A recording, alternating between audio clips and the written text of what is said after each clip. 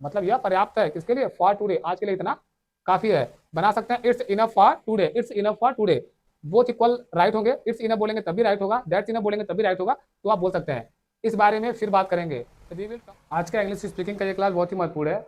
आपको ये वाक्य थोड़े कठिन जरूर लग सकते हैं, लेकिन ये डेली यूज में बहुत ज़्यादा आते हैं। आप यदि ये 50 वाक्य आज हम लिए हैं, यदि ये 50 वाक्य को आप कंठस्थ कर लेते हैं और दिमाग में बैठा लेते हैं, हमारे साथ साथ स्पीक कर लेते हैं, तो 100% है आप अंग्रेजी बोल पाएंगे। सिर्फ आज का क्लास यदि आप अच्छे समझ लेते हैं तो आपको 70% इंग्लिश डेली वाले बोलने आ जाएंगे। डेली जो हम यूज करते हैं, डेली स्पीकिंग में जो हम यूज करते हैं रोजमर्रा की जिंदगी में, वो 50% कन्वर्सेशन, 60-70% कन्वर्सेशन आपका कंप्लीट हो जाएगा। तो शुरुआत करते हैं हम। शुरुआत के देखिए 10 वाक्य हैं, इसको सेक्शन बांटे हैं। जैसे कि पहला सेक्शन जो आपके सामने दिख रहा है, ये जो है daily life. Daily life sentence मतलब रोजमर्रा के वाक्य, मतलब डेली जो हम सेंटेंस बोलने के लिए प्रयोग करते हैं वो वाले वाक्य हैं। देखिए पहला वाक्य हमारा दिया है, क्या तुम मेरी बात समझ रहे हो, क्या तुम मेरी बात समझ रहे हो, मतलब are you getting what I am saying, are you getting, क्या तुम समझ रहे हो व्हाट आई एम सेइंग, जो मैं कह रहा हूँ। व्हाट का मतलब जो भी होता है, तो क्या तुम मेरी बात समझ रहे हो, तो are you getting what I am saying, मतलब क्या तुम मेरी बात समझ रहे हो जो मैं कह रहा हूँ। सेंटेंस दूसरा है, जब तक मैं लौटूं तब तक इंतजार करना। यदि आपको बोलना है जब तक मैं लौटूं तब तक इंतजार करना, इसको अंग्रेजी में बोलते हैं wait until I return, wait until I return, तब तक तुम इंतजार करना, अंटिल तब तक, जब तक कि आई रिटर्न, जब तक कि मैं वापस न आ जाऊं। थर्ड सेंटेंस है, मुझे इसमें कोई दिलचस्पी नहीं है, मुझे इसमें कोई दिलचस्पी नहीं है, कोई इंटरेस्ट नहीं है, तो अंग्रेजी में कैसे बोलेंगे, I am not interested in this, मुझे इसमें कोई दिलचस्पी नहीं है, तो हम इंग्लिश में बोलेंगे आई एम नॉट इंटरेस्टेड। और किसमें, इन इट या इन दिस भी बोल लेते हैं हम लोग, तो इसमें कोई इंटरेस्टिंग नहीं है तो इट बोल लेते हैं। निर्जीव वस्तु के लिए इट का प्रयोग होता है, तो वहाँ पे इट लगा लेते हैं। जिसका प्रयोग भी हम कर लेते हैं, यदि आप कहेंगे मुझे इसमें कोई इंटरेस्ट नहीं है, कोई बॉयज है या गर्ल्स है, तो वहाँ पर निश्चित रूप से दिस लगाएंगे। दिस का प्रयोग सजीव और निर्जीव दोनों के साथ कर सकते हैं, लेकिन यदि निर्जीव वाली बात है तो इट ही लगाएंगे। तो आप इट और दिस दोनों बोल सकते हैं, मुझे इसमें कोई दिलचस्पी नहीं है, तो हम सेंटेंस क्या बनाएंगे, I am not interested in it. जरा सोचो क्या तुम सही कर रहे हो, जरा सोचो क्या तुम सही कर रहे हो, मतलब जरा सोचो जो तुम कर रहे हो क्या वो सही है। इसको आपको अंग्रेजी में कैसे बोलेंगे, जस्ट थिंक, जरा सोचो, are you doing the right thing, क्या तुम राइट थिंग कर रहे हो, सही चीज कर रहे हो, सही कर रहे हो। तो क्या बताएगा, जस्ट थिंक, थोड़ा सोचो, are you doing the right thing. अगला सेंटेंस देखो, 4 के बाद देखो 5 से आगे क्या है,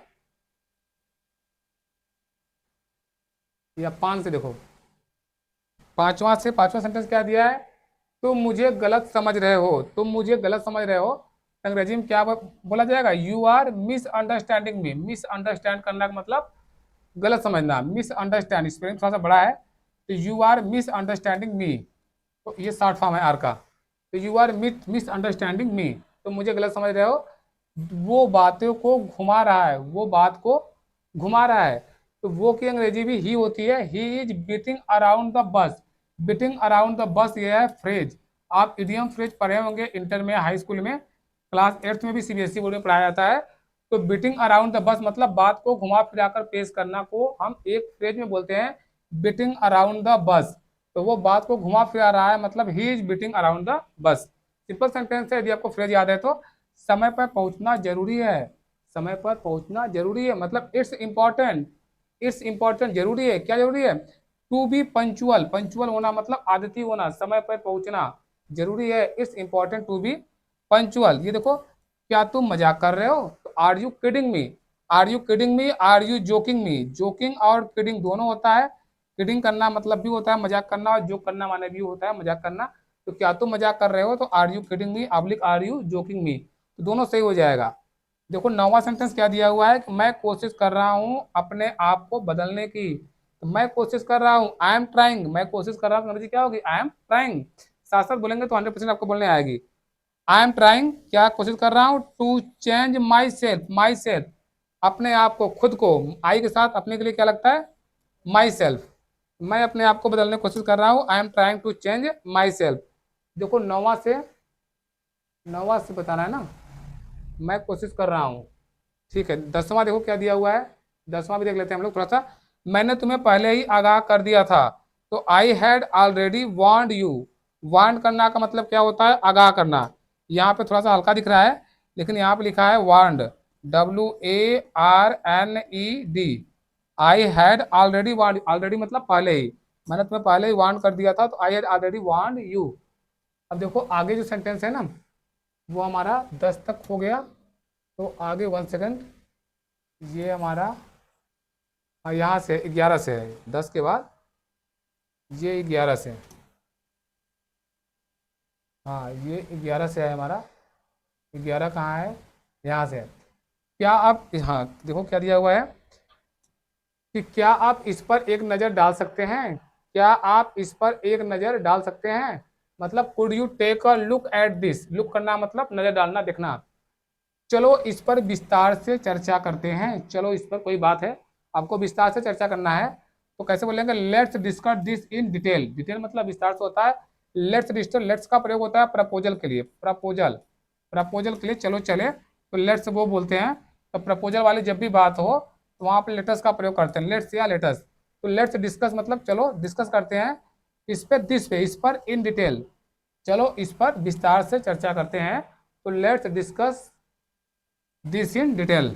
अगला वाक्य, मैं आपको ईमेल कर दूंगा, I will drop you an em email, I will drop you, मैं आपके लिए ड्रॉप कर दूंगा, क्या ड्रॉप कर दूंगा, एन ईमेल। कृपया समान का, कृपया समय का पालन करें, कृपया समय का पालन करें, टाइम का पालन करें, please stick to the timeline, stick होना मतलब समय पर होना, please stick to the timeline मतलब कृपया समय का पालन करें, या इसको अंग्रेजी में बोल देते हैं please be punctual, please, please be punctual, punctual होना मतलब आदती होना, जो समय है उस समय पर होना, इसको हम बोल लेते हैं कभी कभी प्लीज बी पंक्चुअल भी बोल लेते हैं, लेकिन मॉडर्न इंग्लिश में ज़्यादा अच्छा होगा कि आप बोलिए please stick on the timeline, stick on the time line भी हमारा इडियम है, तो ये आपको याद यदि है तो आप लगाइए please stick to the timeline, कृपया समय का पालन करें, या प्लीज बी पंक्चुअल भी बोलेंगे तो 100% ये भी वाक्य आपका गलत नहीं होगा। इस काम को प्राथमिकता दीजिए, तो क्या हो जाएगा, give this task to priority, priority देना का मतलब होता है प्राथमिकता देना, किसी काम को प्राथमिकता देना मतलब उसको प्रियॉरिटी देना, ठीक है। देखो 15 के बाद, 15 के बाद 16 से हम लोग देखेंगे, 16 से 20 तक एक टाइप का है, 20 के बाद दूसरा टाइप आएगा, दूसरे टाइप के सेंटेंस, तो देखते हैं पहले 16 से 20। 16वां क्या दिया हुआ है, क्या यह डेडलाइन के अंदर होगा, डेडलाइन का मतलब क्या होता है, डेडलाइन का मतलब हो गया कि जो टाइम दिया गया उस टाइम के अंदर होगा, तो will it be done, will it be done, क्या यह हो जाएगा, कब हो जाएगा, with in the deadline, with in का मतलब जो समय अंतराल दिया गया था क्या उसके अंदर हो जाएगा, तो हम बोलते हैं विल इट बी डन, क्या यह हो जाएगा, विल का प्रयोग आगे के लिए होता ही है, तो विल इट बी डन क्या हो जाएगा with in the time line, will के साथ बी लगा हुआ है, मतलब ये पैसिव वॉइस का सेंटेंस है, या पैसिव वॉइस पढ़े हैं तो आपको समझ में आ रहा होगा कि विल बी क्यों लगा है, इसके साथ थर्ड फॉर्म थ्री क्यों लगा है, ये पैसिव वॉइस का सेंटेंस है। आगे बढ़ते हैं हम लोग, मुझे इससे सहमति नहीं है, मुझे इससे सहमति नहीं है, या मुझे इसमें सहमति नहीं है, सेंटेंस एक ही होगा, तो I don't agree with this, I don't agree मैं सहमत नहीं हूँ, विथ दिस इसमें सहमत मुझे नहीं है। यह एक टीम प्रयास था, यह एक टीम प्रयास था मतलब एक टीम पूरा मिलकर के काम की है, एक टीम का प्रयास था, it was a team effort, effort मतलब होता है प्रयास, आपको पता होना चाहिए, एफर्ट माने होता है प्रयास।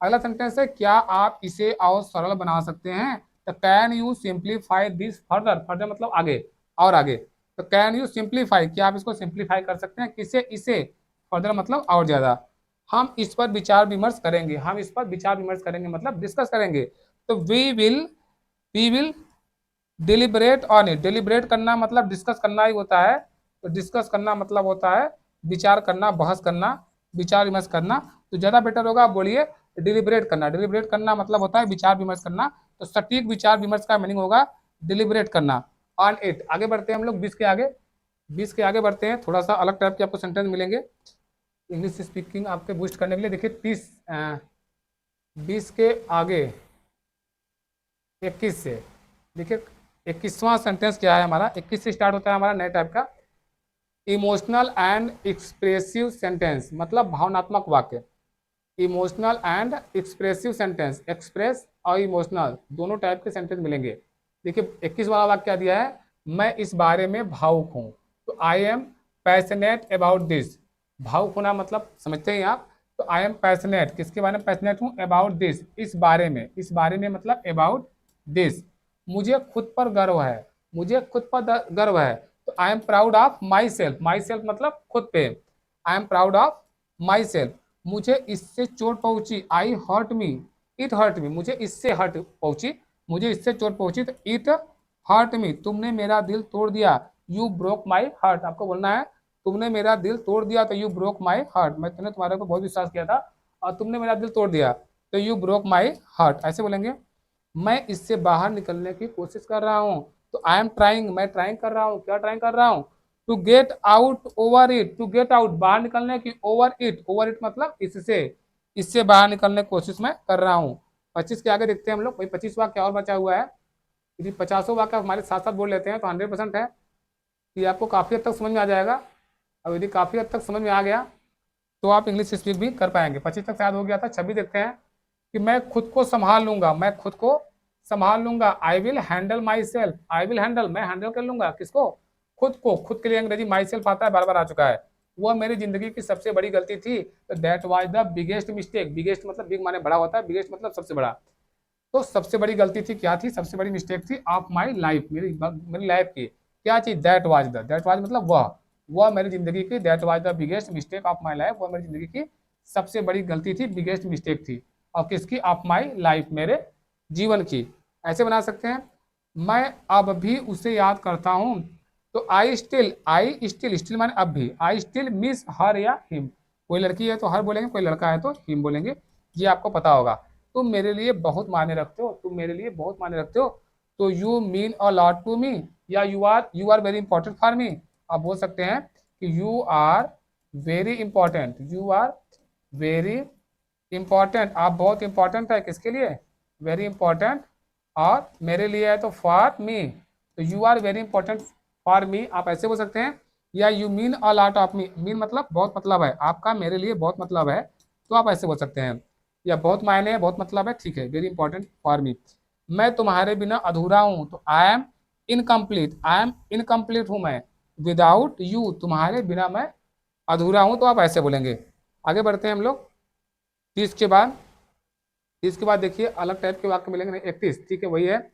31 क्या है, 31 क्या है, कृपया मुझे टेलीविजन दिखाइए।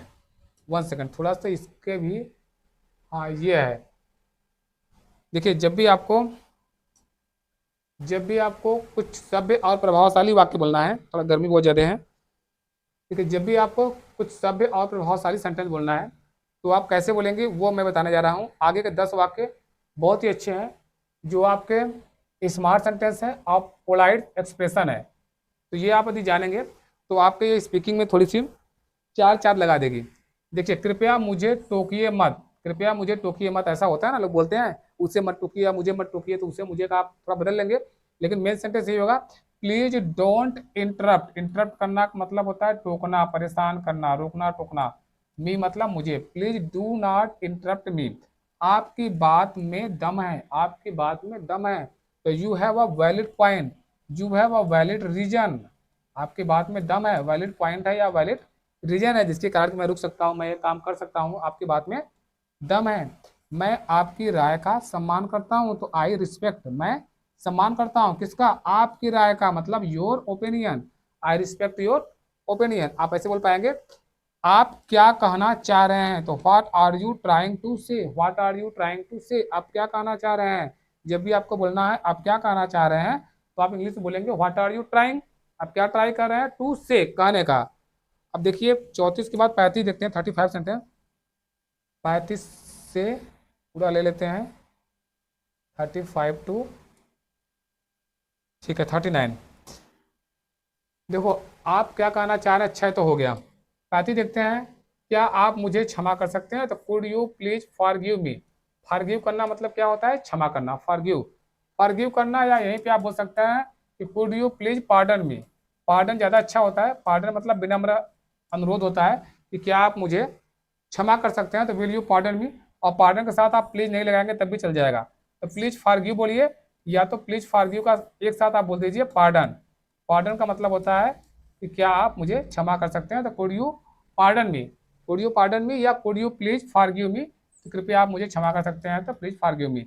मेरी मंशा गलत नहीं थी, मेरी मंशा गलत नहीं थी, तो I didn't mean to offend you. Offend करना मतलब आपको कष्ट देना, कि मेरी मंशा आपको कष्ट देने की नहीं थी। तो जब भी आप अंग्रेजी में बोलेंगे तो I didn't mean to offend you, offend करना मतलब आपको पीड़ा देना, आपको परेशान करने की मेरी मंशा नहीं थी। देखिए अगला सेंटेंस है 37 कि धन्यवाद आपने मेरी मदद की, तो thank you for helping me out. Helping me out मतलब जो काम था मेरा पूरा करवाने के लिए आपका बहुत बहुत धन्यवाद, तो thank you for helping me out. ठीक है, आपको अच्छा लग रहा होगा, हमें पूरा आशा है। यदि अच्छा लग रहा है तो आप लोग लाइक जरूर करिएगा, और यदि चैनल पर नहीं है तो सब्सक्राइब कर लीजिएगा, अपने दोस्तों में भी भेजिएगा जिससे वो लोग भी समझ पाएँ अच्छे से। चलिए आगे बढ़ते हैं। मुझे खेद है मैं आपकी मदद नहीं कर सका। जब भी आपको बोलना है मुझे खेद है तो आई एम सॉरी, मैं आपकी मदद नहीं कर सका। I couldn't help you, I couldn't, ये पोलाइटनेस शो करने के लिए, ज्यादा विनम्रता शो करने के लिए कुडंट का प्रयोग हो जाता है, या उडंट का प्रयोग भी कभी कभी हो जाता है। तो I am sorry I couldn't help you, grammar में पढ़ेंगे तो डिटेल में पढ़ाया हुआ हूँ, और आगे भी हम पढ़ाएंगे भी, तो वहां पे देख सकते हैं। 39 देखिए, यह मेरी गलती थी मैं स्वीकार करता हूँ। तो इट वॉज माई मिस्टेक, यह मेरी गलती थी मतलब इट वॉज माई मिस्टेक। और मैं स्वीकार करता हूँ, एडमिट करना, किसी काम को एडमिट करना मतलब उस गलती को स्वीकार करना। आई एडमिट इट, मैं वह स्वीकार करता हूँ कि ये मेरी गलती थी। चलिए 40 से बढ़ते हैं आगे हम 40। अब देखिए 40 से, अच्छा 40 एक देख लेते हैं इसी में। कृपया इसे व्यक्तिगत रूप से ना ले, तो इसको सेंटेंस तो नहीं दिख रहा है कि हम बता दे रहे हैं, कृपया इसे व्यक्तिगत रूप से ना ले। तो please don't take it personal, please do not take it personal, personal का मतलब होता है व्यक्तिगत रूप से। प्लीज डोंट टेक इट, कृपया इसे ना ले पर्सनल रूप से, पर्सनली ना ले। लिखे नहीं है कोई बात नहीं, आप सुन के समझ गए होंगे। अब देखिए 40 के आगे आपको कुछ और स्पेशल सेंटेंस आ रहे हैं, जो कि क्या बोला गया है, फ्लुएंट कन्वर्सेशन स्टार्टर्स। यदि आप फ्लुएंट कन्वर्सेशन करना चाह रहे हैं, बातचीत करना चाहते हैं लोगों के बीच में बैठ करके, तो ये सेंटेंस जो आगे के हैं वो बहुत ही महत्वपूर्ण है। आप इसको देखिए, बहुत अच्छा लगेगा।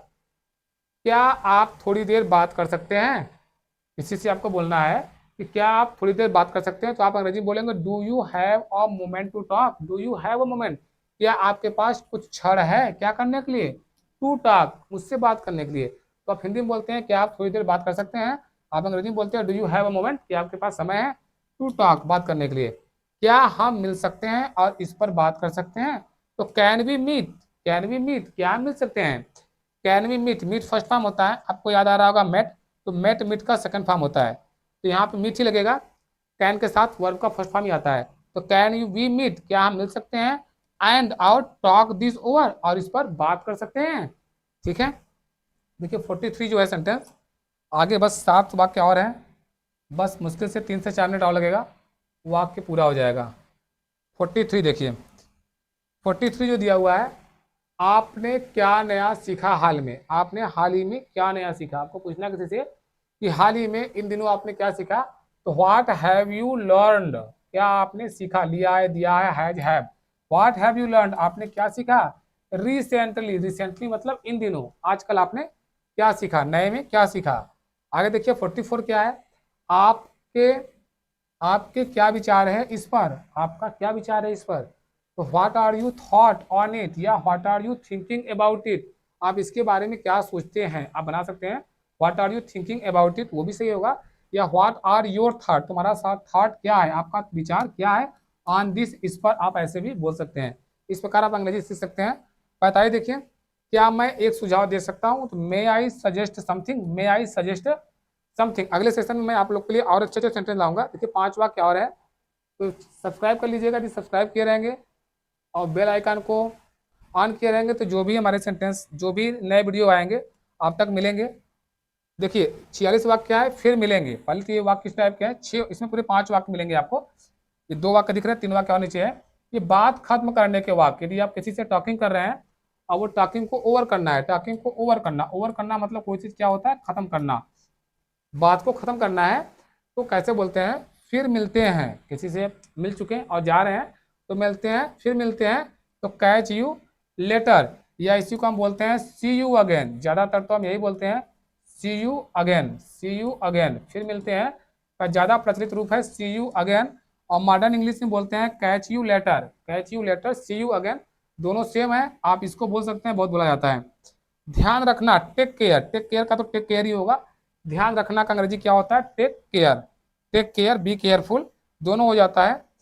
तो देखिए टेक केयर हो गया। 48, 49, 50 देखिए 48 क्या है, आज के लिए इतना ही काफ़ी है। ठीक है, सेंटेंस है हमारा, आज के लिए इतना ही काफी है। तो अंग्रेजी हम कैसे बनाएंगे? दैट्स इनफ, पर्याप्त है, फॉर टुडे। दैट्स इनफ मतलब यह पर्याप्त है, किसके लिए? फॉर टुडे, आज के लिए इतना काफी है। बना सकते हैं it's enough for today, it's enough for today. Both equal right होंगे, इट्स इनफ बोलेंगे तब भी राइट होगा, दैट्स इनफ बोलेंगे तब भी राइट होगा, तो आप बोल सकते हैं। इस बारे में फिर बात करेंगे। We will talk, we will talk, हम बात करेंगे अबाउट दिस, इसके बारे में, लेटर, लेटर मतलब बाद में। We will talk about this later. आपसे बात करके अच्छा लगा। It was nice talking to you, it was nice talking to you. 100% मैं आशा करता हूँ कि आप सभी लोग को ये क्लास बहुत अच्छा लगा होगा। अच्छा लगा तो बिना लाइक करिए ना जाइएगा, लाइक अवश्य करिएगा और अपने दोस्तों में भेजिएगा। और आप नए हैं तो सब्सक्राइब अवश्य कर लीजिएगा, जिससे आने वाले सभी वीडियो आपको मिल सके। धन्यवाद, थैंक यू।